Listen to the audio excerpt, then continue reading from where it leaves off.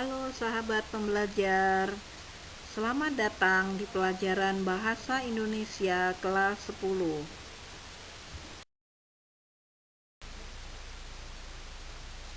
Berjumpa lagi dengan saya, Sri Wahyuni, guru Bahasa Indonesia di SMA Fransiskus Bandar Lampung.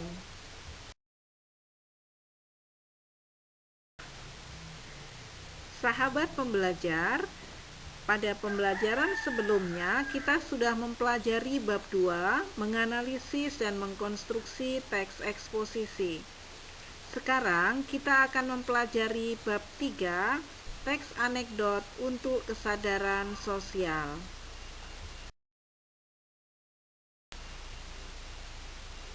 Kompetensi dasar yang akan kita pelajari kali ini 3.3 menganalisis struktur dan kebahasaan teks anekdot, dan 4.3 menciptakan kembali teks anekdot dengan memperhatikan struktur dan kebahasaan baik lisan maupun tulis.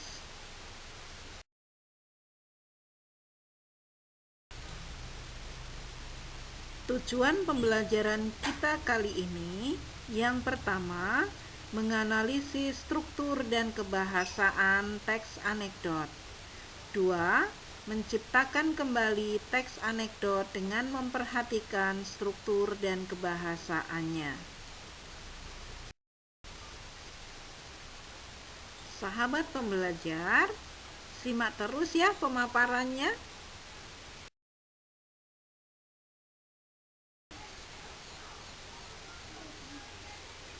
Tentu kita pernah bahkan sering tertawa ketika mendengar cerita seseorang. Setelah itu timbul suatu perenungan dan sikap kritis, memikirkan maksud dan kebenaran cerita itu. Bisa jadi cerita yang telah didengar tersebut merupakan suatu anekdot. Nah, apabila itu yang sering dialami, anekdot tentu menjadi cerita yang tidak asing lagi. Hanya saja mungkin sebutannya yang berbeda. Dalam pelajaran berikut, cerita yang disebut dengan anekdot itu yang akan kita pelajari lebih jauh. Apa itu anekdot? Anekdot merupakan cerita lucu atau menggelitik yang bertujuan memberikan pelajaran tertentu.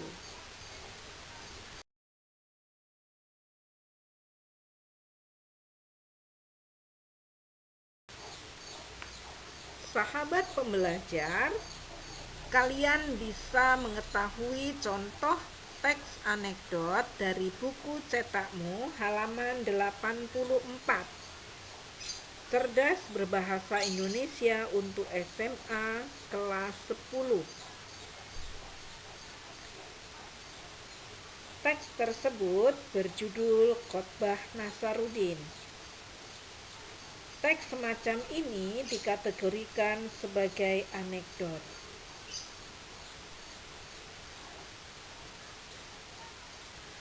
Kisahnya biasanya melibatkan tokoh tertentu yang bersifat faktual ataupun terkenal.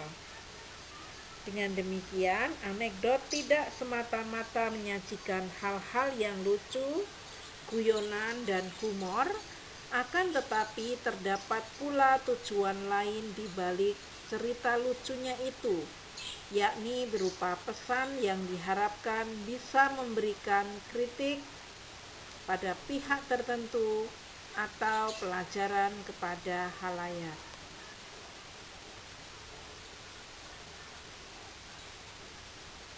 Anekdot juga menampilkan karakter atau tokoh yang dikenal masyarakat luas. Berdasarkan paparan tersebut, dapat disimpulkan bahwa ciri-ciri anekdot adalah sebagai berikut. 1. Merupakan cerita atau narasi singkat. Di dalamnya ada tokoh, alur, dan latar. Bagaimana penjelasannya? Tokohnya bersifat faktual, biasanya orang-orang terkenal. Alur berupa rangkaian peristiwa baik yang benar-benar terjadi, sudah mendapat polesan, maupun tambahan-tambahan dari pembuat anekdot itu sendiri. Latar berupa waktu, tempat, dan suasana mendasari terjadinya suatu peristiwa dalam anekdot. Latar diharapkan bersifat faktual, artinya benar-benar ada di dalam kenyataan yang sesungguhnya.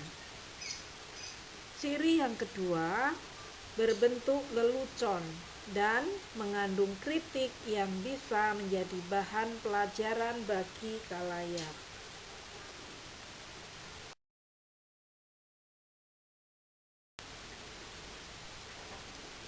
Seperti halnya teks yang lain, anekdot pun memiliki struktur.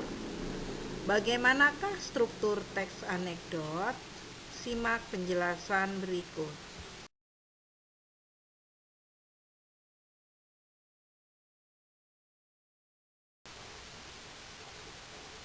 Anekdot merupakan teks yang berupa cerita, kisah, atau percakapan singkat. Di dalamnya terkandung tokoh, latar, dan rangkaian peristiwa. Adapun rangkaian atau alur itu sendiri dibentuk oleh bagian-bagian seperti berikut. A. Abstraksi. Abstraksi merupakan pendahuluan yang menyatakan latar belakang atau gambaran umum tentang isi suatu teks. Bagian itu berfungsi sebagai pembuka cerita dengan menceritakan latar terjadinya peristiwa dalam anekdot itu. B. Orientasi. Orientasi merupakan bagian cerita yang mengarah pada terjadinya suatu krisis, konflik, atau peristiwa utama. Bagian inilah yang menjadi penyebab timbulnya krisis. C. Krisis atau komplikasi. Krisis atau komplikasi merupakan bagian dari inti peristiwa suatu anekdot. Pada bagian itulah adanya kekonyolan yang menggelitik dan mengundang tawa. D. Reaksi. Reaksi merupakan tanggapan atau respon atas krisis yang dinyatakan sebelumnya. Reaksi yang dimaksud dapat berupa sikap mencela atau mentertawakan. Bagian ini seringkali mengejutkan, sesuatu yang tidak terduga, mencengangkan. E. Koda. Koda merupakan penutup atau kesimpulan sebagai pertanda berakhirnya cerita. Di dalamnya dapat berupa persetujuan, komentar, ataupun penjelasan atas maksud dari cerita yang dipaparkan sebelumnya. Bagian ini biasanya ditandai oleh kata-kata seperti itulah, akhirnya, demikianlah. Keberadaan koda bersifat opsional, bisa ada ataupun tidak ada.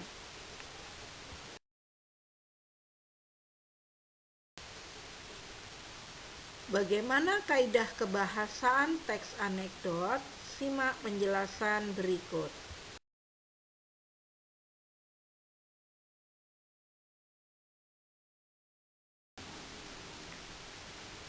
Seperti halnya teks yang lain, anekdot memiliki kaidah-kaidah kebahasaan tersendiri. Namun sebagai teks bergenre cerita, teks tersebut memiliki kesamaan dengan teks sejenisnya seperti dengan cerpen, novel, dan cerita ulang.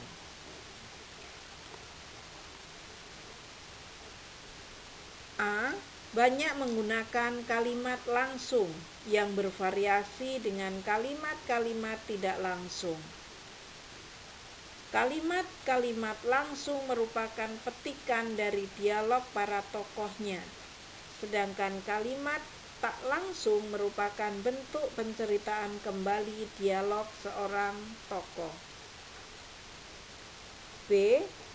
Pada umumnya menggunakan nama tokoh utama orang ketiga tunggal, baik dengan menyebutkan langsung nama tokoh faktual maupun tokoh yang disamarkan. C. Banyak menggunakan keterangan waktu. Hal ini terkait dengan bentuk anekdot yang berupa cerita, disajikan secara kronologis atau mengikuti urutan waktu. D. Banyak menggunakan konjungsi penerang atau penjelas seperti bahwa. Ini terkait dengan dialog para tokohnya yang diubah dari bentuk langsung ke kalimat tak langsung. E. Banyak menggunakan kata kerja material, yakni kata yang menunjukkan suatu aktivitas. Hal ini terkait dengan tindakan tokohnya dan alur yang membentuk rangkaian peristiwa ataupun kegiatan. F. Banyak menggunakan kata kerja mental, yakni kata yang menyatakan sesuatu yang dipikirkan atau dirasakan seorang tokoh. G. Banyak menggunakan kata penghubung yang bermakna kronologis atau temporal, seperti akhirnya, selanjutnya, lalu.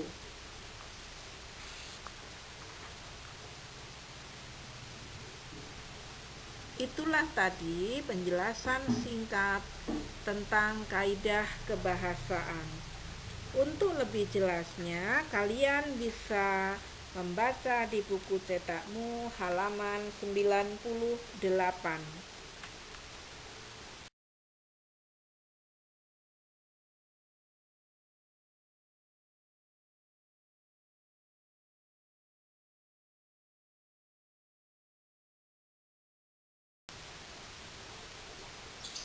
Berikut ini adalah langkah-langkah penyusunan anekdot.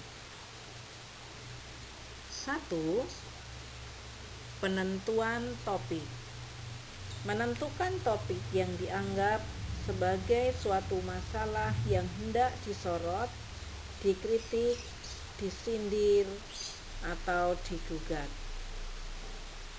2. Penentuan tokoh fokus masalah. Menentukan tokoh yang terkait sesuai dengan masalahnya. Tokoh yang dimaksud pada umumnya bersifat faktual. 3. Penentuan latar dan peristiwa. Menentukan peristiwa yang menjadi latar utama cerita. 4. Penyusunan kerangka. Merinci peristiwa ke dalam alur atau struktur anekdot yang meliputi abstraksi, orientasi, krisis, reaksi, dan koda. 5. Pengembangan kisah. Mengembangkan kerangka anekdot menjadi sebuah cerita yang utuh dengan memperhatikan kaidah-kaidah kebahasaannya. 6. Penyuntingan. Melakukan penyuntingan.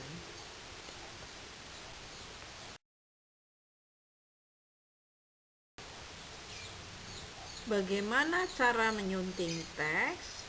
Perhatikan penjelasan berikut.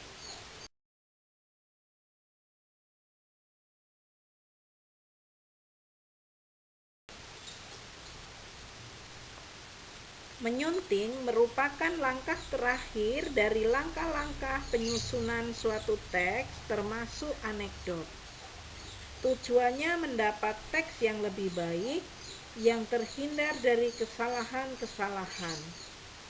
Setidaknya ada 3 aspek yang harus diperhatikan di dalam penyuntingan, yakni aspek isi, bahasa, dan ejaan. Aspek isi. Hal yang harus dicermati: 1. Kejelasan topik. 2. Kelucuan. 3. Kritisan. Harus pula diperhatikan agar topik yang dimaksud tidak mengandung fitnah dan menyinggung masalah syarat, suku, agama, ras, dan antar golongan. Struktur. Hal yang harus dicermati: 1. Kelengkapan. 2. Kepaduan. Kaidah bahasa yang harus dicermati: 1. Keefektifan kalimat-kalimatnya. 2. Ketepatan pemilihan katanya. Ejaan. Hal yang harus dicermati: 1. Penggunaan tanda baca seperti titik dan koma. 2. Penulisan huruf-huruf seperti huruf kecil, kapital, dan huruf miring.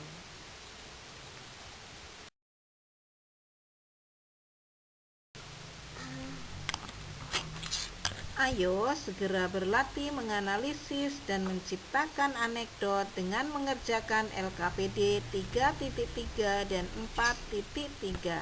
Teks anekdot.